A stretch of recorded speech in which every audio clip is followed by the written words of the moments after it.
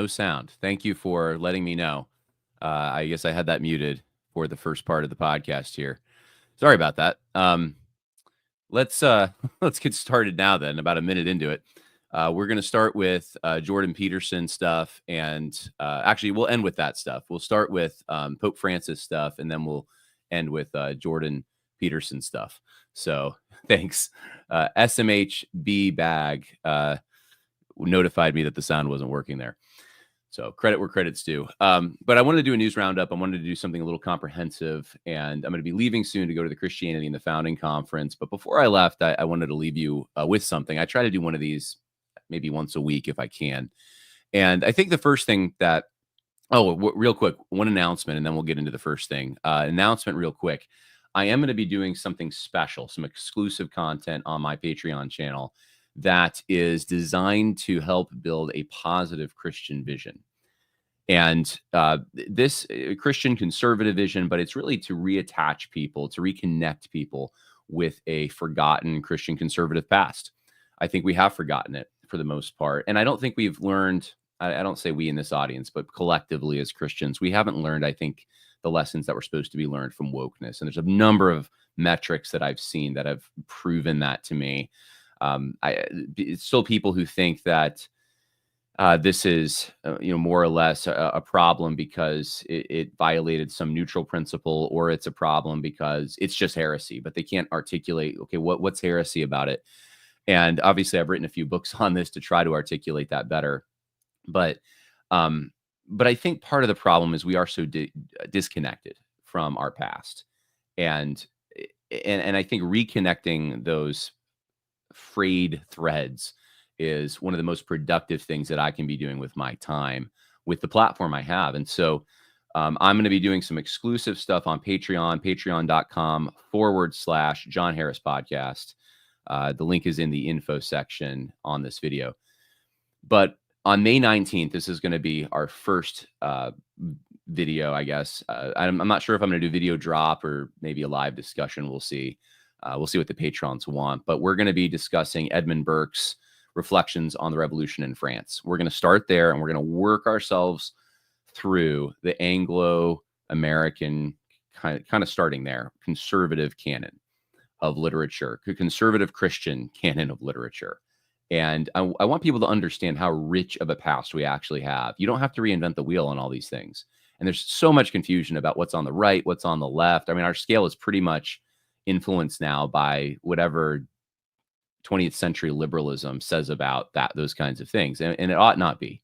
We ought to have a very robust understanding of a positive vision of what it means to be Christians, conservative Christians in the United States in 2025. And so we're going there. We're going to go there. We're building, guys. That's what we're doing here on the podcast. So I hope that you can join me. Maybe at some point we'll make those more widely available, but I've wanted to offer some exclusive things to patrons anyway. And this is one of my ways of saying thank you to all those who support my work. So with that, all right, we're going to start doing the news roundup here. I want to start with Pope Francis, just a little commentary. Pope Francis obviously was a very progressive pope. And there's so many examples of that, of this. His statements, and a lot of Catholics will say this isn't really, this doesn't matter because there wasn't ex cathedra, but his statements were influential. And he said a number of things that were just, frankly, kind of bonkers. He was the one that said that priests could give same-sex couples a blessing. So they can't marry them, but they could just give them a blessing for their partnership, I guess. He was the one who, he said that divorced and remarried Catholics could receive communion on a case-by-case basis. Now, for Catholics, this is kind of a big deal, provided they engage in discernment with a priest. He was the one that he said, I think it was an atheist. It was I think it was a kid who had an atheist dad, and he said, he kind of assured the kid that, well, your dad's in heaven, or could be in heaven because he's a good person, essentially. I mean, crazy, right? For for any Catholic to say that, let alone the Pope to say that. He pushed the envelope on women's roles in the church.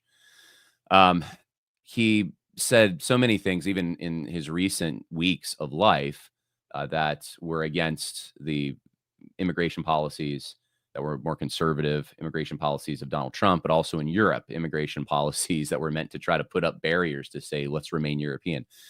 Pope Francis has a long history of pushing the needle in progressive directions. And so it's kind of ironic. JD Vance met with him. It's weird timing. And then not even 12 hours later, he's dead. And people are drawing all kinds of conclusions from that. I don't think JD Vance killed the Pope, no. But he wasn't doing well. He was in poor health. And the question now is what's going to happen next? And there's a lot of more traditional Catholics who are excited about this prospect because they think that the conclave is going to choose someone who is more conservative in the Catholic tradition. And there is no one who has probably done more for converting people to Protestantism in recent times than Pope Francis or to Eastern Orthodoxy, frankly, because he was just so, is the Pope Catholic? You couldn't even say that anymore. And so I'll give you my assessment of this. And I don't know, obviously, the future, but just judging on past experience, if the conclave before picked Pope Francis, what's to prevent them from picking an equally progressive, if not more progressive Pope again?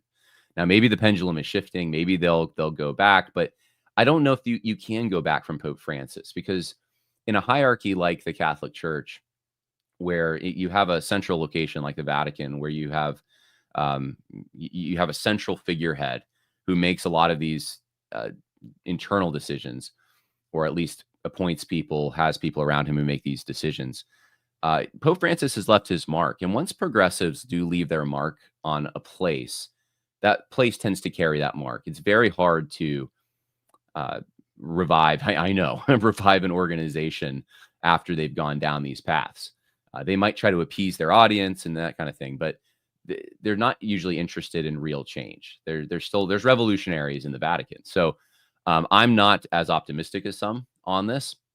And obviously I'm not a Catholic. And I think that the Catholic Church is primarily out of step with a biblical, robust Christianity anyway, because of traditions that have been added that are not in keeping with the biblical teaching. But yes, I mean, from a political standpoint, co-belligerency with pro-life groups and this kind of thing, obviously I'm interested in, if people are going to be Catholics, then I would prefer they're Catholics that actually believe some of the things that Scripture teaches, which Pope Francis was taking stands against. Essentially, he was undermining things in the created order. So that's my 2 cents on the Catholic Church. I know people probably want me to say more on that, but there's not much more for me to say other than that. I wanted to give you some evangelical news before we move on. So Mark Dever is stepping down from leadership, and Jonathan Leeman is taking his place. Now, this is interesting. I had someone recently tell me this might be a good thing. Jonathan Leeman might be to the right of Mark Dever, and Mark Dever is a registered Democrat, or at least he was a few years ago. I remember Judd Saul found that doing the enemies within the church research. I don't know where Jonathan Leeman stands exactly, but I know Jonathan Leeman, he blocked me on X years ago. I know that he is, or was, I'll put it that way, because I haven't paid attention to him lately, but he was pushing the needle in somewhat of a progressive direction. He was, as you remember, one of the first ones from the evangelical world to counter signal John MacArthur pretty strongly about opening his church up during the COVID stuff. And he was also, I think, one of the main figures, more so than Mark Dever in my mind, at 9 Marks, to try to reconcile critical race theory with Christianity. Even though he said that's not what he was doing, but he did this very long article on identity politics. I did a very long review of it, and that's essentially what he does. And I think that guys like that have to. Here's my thing: there's ways to come back. There's ways to have leadership, and there's ways to be followed. But step number 1 is you always have to admit those mistakes. This is for the Christian world. And I understand in the political world, people think this is different. The rules are different. Okay, whatever. But in the Christian world, at the very least, I think this applies to the political world too. But you need to at least say, you know what, those are some pretty major things for me to goof on. And I repent of that. That's not who I am. I disagree. And whatever damage I did, I want to undo that. And then to take the steps necessary to go against your previously held positions that you find to be damaging. If Jonathan Leeman's not willing to do that, it's a character thing in my mind. He has to be willing to do that. And then, I'd be the first one to like want to welcome him in. Now, whether he should have influence or power, that's another story. But if the road back to those kinds of things, though, whether he should have those things immediately, but the road back to those things is through that gate. It has to start there. And so that's my feeling on 9 Marks and kind of where they're going. And maybe this will be good. Maybe Mark Dever was keeping the shackles on Jonathan Lehman or something, and he's going to be now all conservative and stuff. And I mean, he did support the law amendment in the SBC, right? So it's not all bad. But I just cautiously. I don't even know if I'm optimistic. Some people are, but I'm cautious about this. We'll see, though. We'll see. One of the big headlines from the political world, and I'm going to focus on this a little more next week, so I'm not going to spend a lot of time on it, but Trump moves to repeal disparate impact liability, a key civil rights tenet. I think this is great. President Trump has taken steps to nullify a key component of civil rights act as he works to remove diversity, equity, and inclusion policies. So he's going farther than just the stuff from the last few years, and that's a good thing.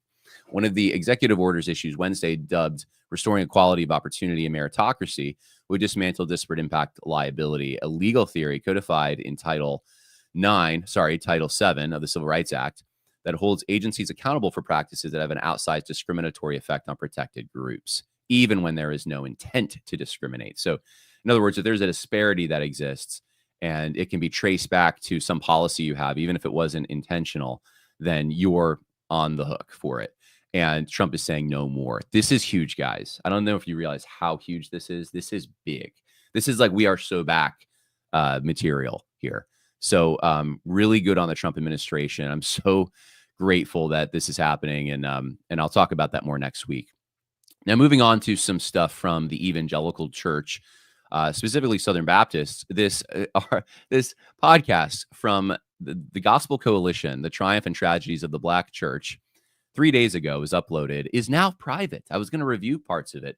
It is now private. Now, the audio is not, though. So I don't know why they made the video private. Maybe it was to keep people from like me from looking at it. But if you want to listen to the audio, you can go to Gospel Bound, a podcast of the Gospel Coalition, and it's still there. The Triumph and Tragedies of the Black Church. And Professor Walter Strickland is the one who is being interviewed by Colin Hansen here. And they both have a number of things to say that I think are terrible, not great, consistent with all the woke stuff. But there was one I wanted to hone in on. And so we're going to hone in on that. The audio is a bit low on this, so bear with me. And we're just going to, I'm going to summarize what you're hearing. Of evangelicalism. So what do you mean about this overly spiritualized faith? Yeah, if we're looking at the Great Awakening, the broader context for the African-American tradition is that's the moment when Africans in America begin to come to faith in Christ in large numbers. So many of those were slave, some were free or manumitted at that time, but the question remained, okay, so what do we do with these people of African descent who have become Christian, and how do we not lose the economic system that has sort of undergirded the country? And that is to offer a faith that is good for saving the soul, yet does not wet the whistle, so to speak, for freedom for the body. Okay, so Walter Strickland saying what he's said for many years. He's consistent, at least, right, with this. It's a liberation theology reading of the situation that the Christianity that was given to slaves was a Christianity that was the mechanism was entirely for and intended for the subjugation of Black people. So it was a warped Christianity that was that was the reason they were given this. So it was a tool of subjugation. That goes right along lines with even guys like Louis Farrakhan, right? That the Christianity is a tool to enslave you. Walter Strickland basically agrees with that, but he's going to try to say, well, it was a warped Christianity. It was not the true Christianity. And so what happened is that even though, and I'm going to stop there, even though he admits, oh no, the true gospel was there. He sort of just admitted that, like, oh, it'll save the soul. There is Christ died for sinners, of which you and I are one, and then that is that is good news.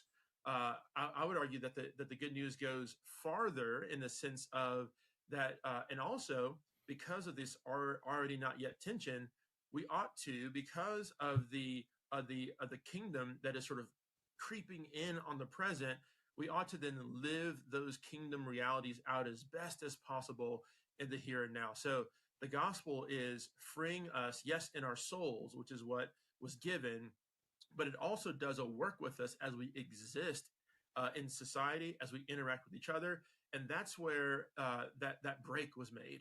And so I'm not critiquing the fact that there is a gospel that was given that was one that was trying to ameliorate sin from people with the message of Jesus Christ. That's good and well. But I'm saying that there is a cauterization off of the implications of the gospel. And so that was sort of intentionally cut off so that slaves wouldn't say, you know what, this kingdom reality is one that we should pursue now.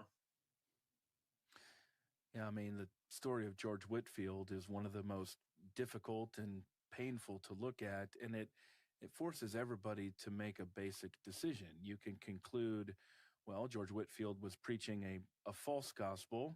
That's hard to say as an evangelical because it cuts you off from your history. You could say that he wasn't a Christian at all because obviously he couldn't have held those beliefs about slavery and advocated for slavery and be a Christian. Maybe that's true, but that would also eliminate a lot of other people in American history and far beyond that for a lot of history. Different types of slavery, of course. Or you can say that at least, if nothing else, he preached a truncated gospel that did not reflect the fullness of Jesus's kingdom teaching in there. I incline in that direction. I want to put words in your mouth, but it sounds like you incline in that direction as well. Yeah, and so I wrote my All right, we're going to stop there. So what you just heard is Walter Strickland talking to Colin Hansen, and Walter Strickland says, look, the gospel was given to enslave these people, a truncated gospel, an incomplete gospel of some kind, because it cut off the elements of the gospel that are meant to save people from slavery, oppression. So this work arrangement. And of course, this would have been news to Paul, right? And Colin Hansen then clarifies and goes, so you're saying, are you saying that this is a truncated gospel? I don't want to put words in your mouth. And Walter Strickland goes, yeah. And then he starts speculating on, Edwards and whether, or Whitefield, I think it was Edwards, whether Edwards is in heaven and this kind of thing. And they go on, and there's other stuff in the podcast, but that's the theological part that I wanted to zone in on here.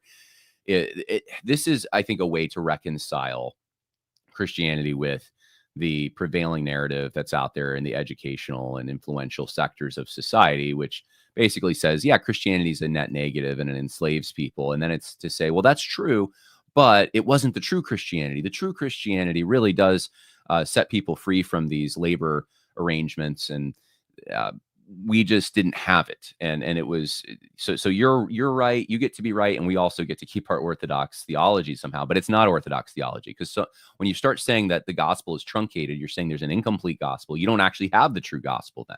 You don't have all of it because you got to add something to it. What's the thing you got to add? Well, some kind of arrangement in society, some kind of a work to free slaves. If that work is not present, you don't have the gospel. And again, the gospel is the power of God to salvation. The gospel is what Christ has done, strictly speaking. You could say the gospels as in the stories in Scripture, but or the teachings you could, I guess, say broadly the gospel is the teachings that are in the gospels. But Walter Strickland's making a theological point here, and he's been consistent doing this for years. And it's the same point liberation theologians make. That to have the true gospel, you got to insert these works that are human works and not Christ's work. And so I see big danger here. It's a fusion. I mean, we're talking about Pope Francis in the Catholic Church, and we got the same problem here in evangelicalism that the Catholic Church has with their soteriology. It's just cloaked in different terms, unfortunately. And I hate to see it, but it's still happening, even though Walter Strickland's been corrected. I don't know how many times on this. All right, moving on. Let's talk about Christianity Today. They put out an article. The Bible doesn't say Jesus was nailed to a cross. One evangelical Bible scholar thinks the crucifixion may have been done with ropes. And of course, this got community noted even and ratioed so badly. The Bible explicitly refers to the nails in John's gospel, John 20:25. Thomas said to them, unless I see the nail marks in your hands and put my finger where the nails were and put my hand into his side, I will not believe. Now, interestingly, the author of this walked it back later. I'm not a Christianity Today subscriber, so I didn't read the whole article, but apparently said he messed up. That barely ever happens. But Russell Moore really should be the one taking credit and saying that as the editor that he messed up. That's what I think should happen. This is egregious, but that's Christianity Today. And I don't know, it's such a no-brainer, but they unforced error right before Easter Sunday too is when they put this out there.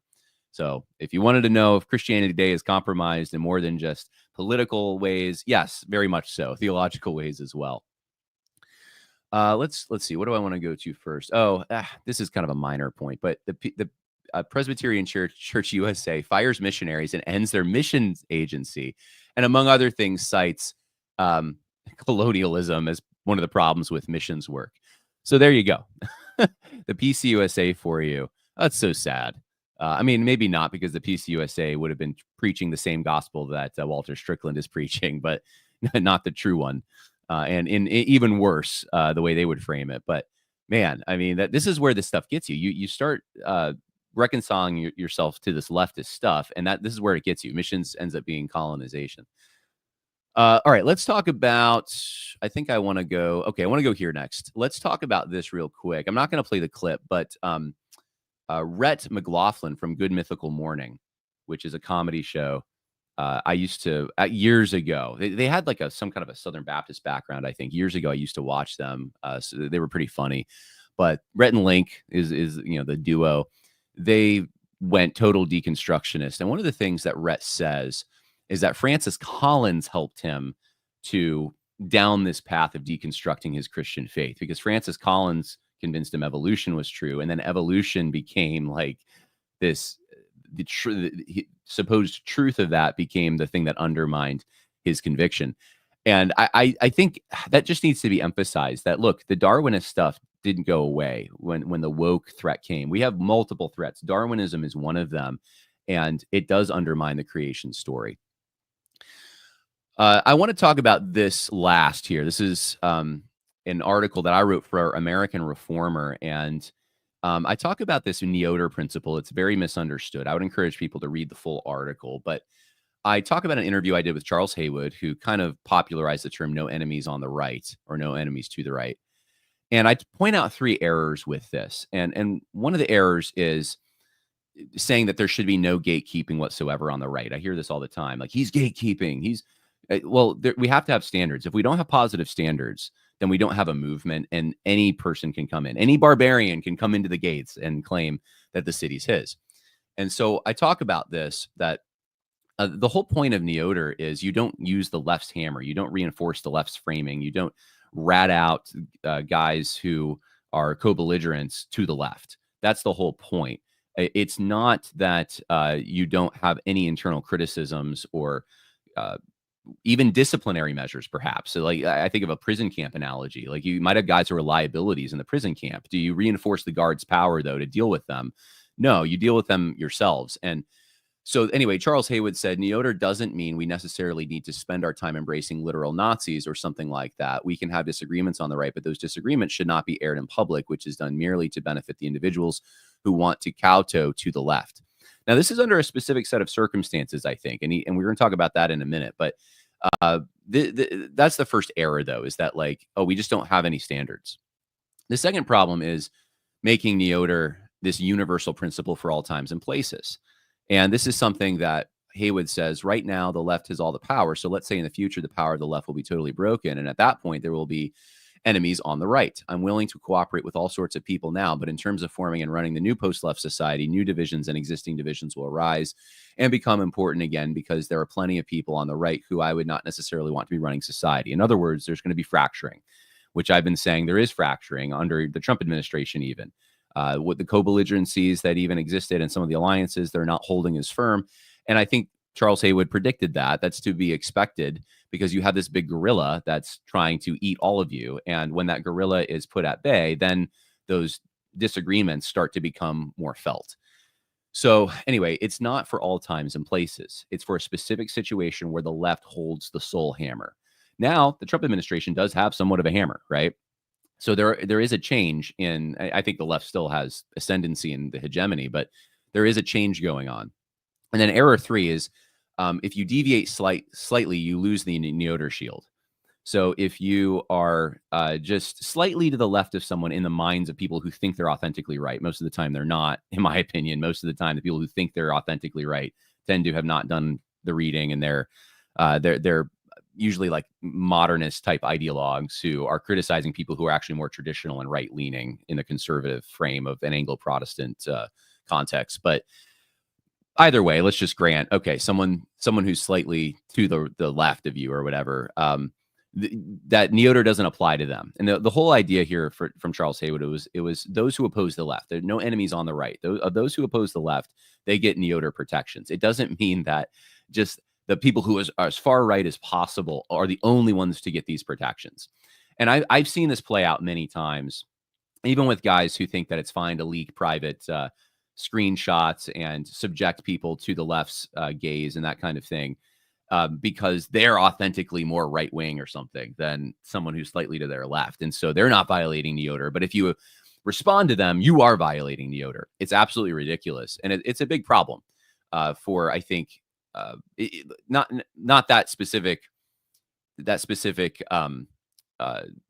chain of actions, but the problem of thinking that's what Neotr is a big problem. So I analyze why I think these misunderstandings are happening, and I'm not going to go into all of that, but you can read the article if you want to see that. The main point, I think, the main takeaway is like, look, gates are inevitable. I've said this before, but gates are inevitable. Every movement has to have them. The only question is who's controlling those gates. That's it. Is it someone who has the best interests of the movement in mind? Is it someone who's rooted? Is it someone who has virtue, most importantly?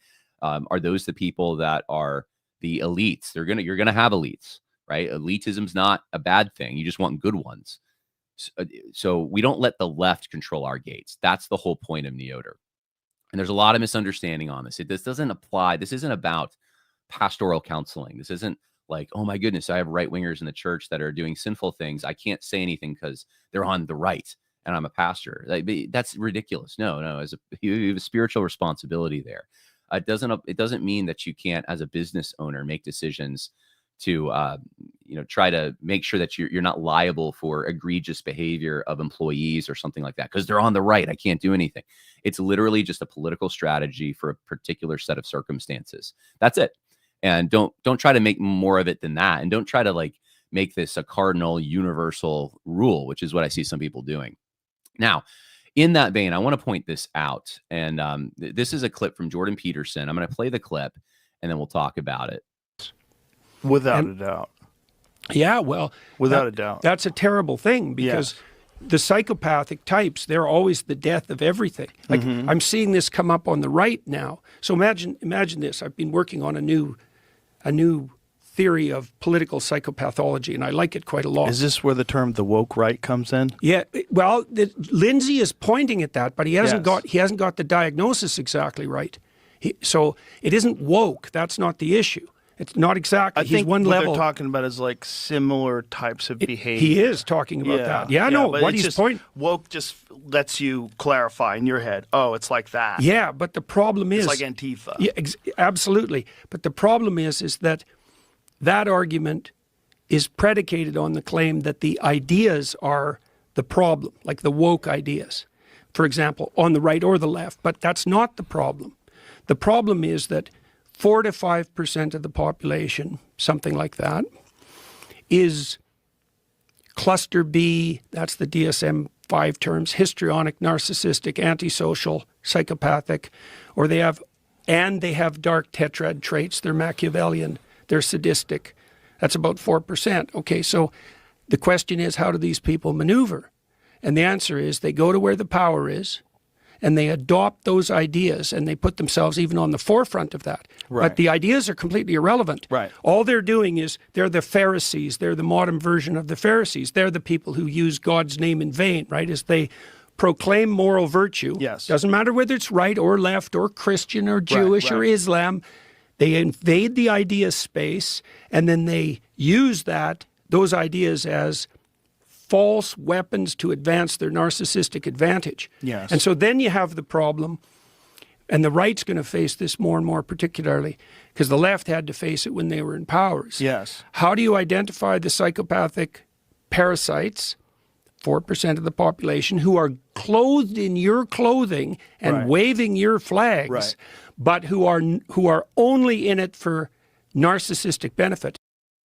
Okay, let's talk about this. This blew up the internet and on the right. And you had a lot of guys, most of the guys I saw counter signaling this pretty hard.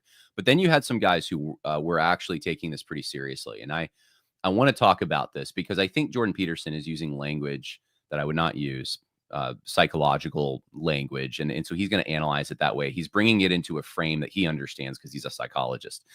Obviously, the tendencies he's talking about, people who are attracted to power are going to say and do what they need to do to get power, and they might not have the virtue that should accompany power. I mean, this is true, right? This is just true. But I think, oh, sorry, I'm distracted. I see my ride for the conference is here. Let me just text that person real quick and let them know that I am in the middle of a podcast and cannot come and talk to them. Give me a minute. Important things. Important things happening. All right. Important commentary. All right. So here's a man. How am I going to do this in like 5 minutes or less? I'm going to try. So he's bringing it into the psychological, these psychological terms. That's obviously there's a truth, a kernel of truth in what he's saying. I think the sensitivity comes in and people thinking he's talking about me. He's talking about us. He's talking about you. He's talking about. And I'm sure Jordan Peterson, because of past experience, does have a very broad net. Of course, he's citing James Lindsay here, and I think the woke right idea is just is utterly ridiculous. Mostly because the woke quote unquote right, as they're called, are for hierarchy. They're not egalitarians, and the ideology of the left is egalitarian. It's revolutionary, but I think there is something revolutionary possibly going on the right in some quarters. And I've referred to it as ideology. Different people are coming up with different terms and different ways of looking at it. I do think mine's the correct one, obviously, because I'm the one using it. But I do think it's ideological. I do think that it's rigid. It is universal. It's abstract. It's looking at ideas and being loyal to those and forming the brotherhood around those instead of like tangible relationships. It's not very conservative, and I think it's attractive to deracinated people. And I've said so much more about this in the past. So if you follow the podcast closely, you know I've already talked about this a lot. Even this last week, I think I had a podcast where I talked about this dynamic. But here's the thing that's interesting to me. It's who shared this, and I think there's a point to be made. I think Peterson's tapping into something, but I don't think it's like the elephant. I think it's a trunk. It's this. It's that. And a lot of guys who are ideological themselves, because they're liberal ideologues, they tend to see it from their own ideological perspective. And it's like, it's not us, so therefore it's this. Well, I wanted to show you someone that the reason I even saw this at first was a guy named Patrick Casey, who I've had on the podcast before. And I thought this was really interesting. Patrick Casey, who has been accused of anti-Semitism and all, he does work for Chronicles magazine. He says people are dunking on this because Jordan Peterson, which I get, but he's absolutely correct that most of the main figures posting the Jew obsession stuff 24/7 and attacking people who don't are cluster B grifters motivated primarily by self-interest. Lucas Gage was apologizing to rabbis in 2023, but then October 7th gave him an opportunity to become a relevant person again. So he's now calling you a Mossad agent for posting in support of Trump. He's one example of many. That scene is a crab bucket where doxing, blackmail, homosexual grooming, and bad faith smears are the norm. Notice how these people can't even get along with each other. Every time a new person comes out of the JQ closet or gets a big media appearance, the others will come and attack him. I don't know what Jordan Peterson believes, and whatever it is, it probably isn't satisfactory right wing as far as I'm concerned, but on this, he's correct. That caught my attention. Patrick Casey is someone who would be roped in as way too nefarious, right wing, scary, and he's saying we've got a problem. I noticed Martyr Made, Daryl Cooper, wrote a blog April 13th called "The Road to Hell," and Daryl Cooper says the same thing Patrick Casey's saying. He's saying we got a big problem on the political right, and it's this obsession.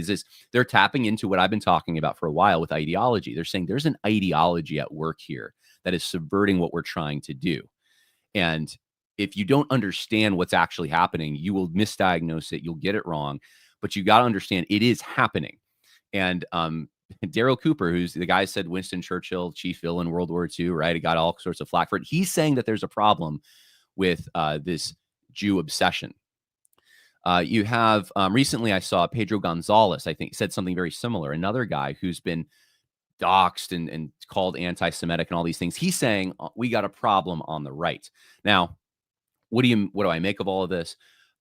I think that my own experiences in the last few days have totally proven this to be correct. And for especially the guys who are interested in new Christian right ascendancy, this will be one of the stumbling blocks. I'm not saying it's the only one, but it will be one of the stumbling blocks if there aren't gates put up to make distinctions. And so I'm, for my part, for my platform, I have put up some gates. I have made some distinctions, and I've said, nah, it's not allowed here. That's not what we're doing.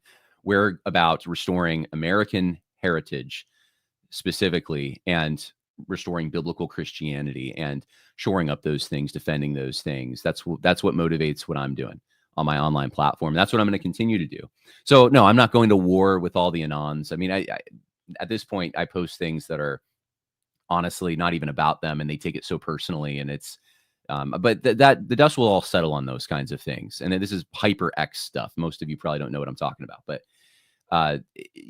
that stuff, people will go into their various categories, and they'll kind of snipe at each other, but it's not going to be constant drama.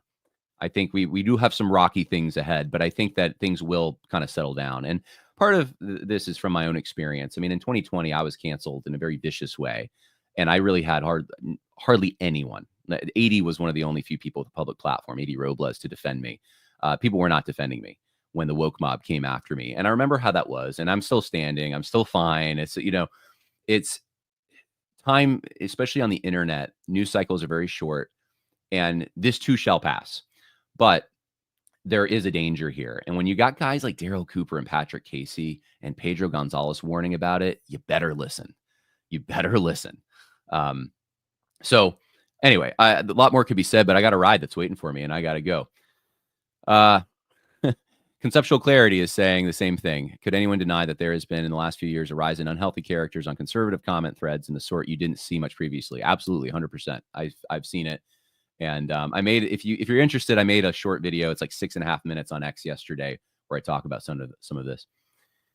In your opinion, would Lindsay and Patterson get a Neotr shield? They oppose the left, but are definitely not on the right. That's an interesting question. I have to think about that more. Lindsay, I think is on the left. Peterson, it's a more of an open question, but Lindsay, I would say, is actually more on the left. He's just against the left that's too revolutionary. He wants to be a little revolutionary. I mean, he's an atheist. It's hard not to be kind of revolutionary when you're an atheist in some ways. There's very few atheists I know that are like chill and they're okay with religion and tradition and that kind of thing. But anyway, I got to go. So God bless. Bye now.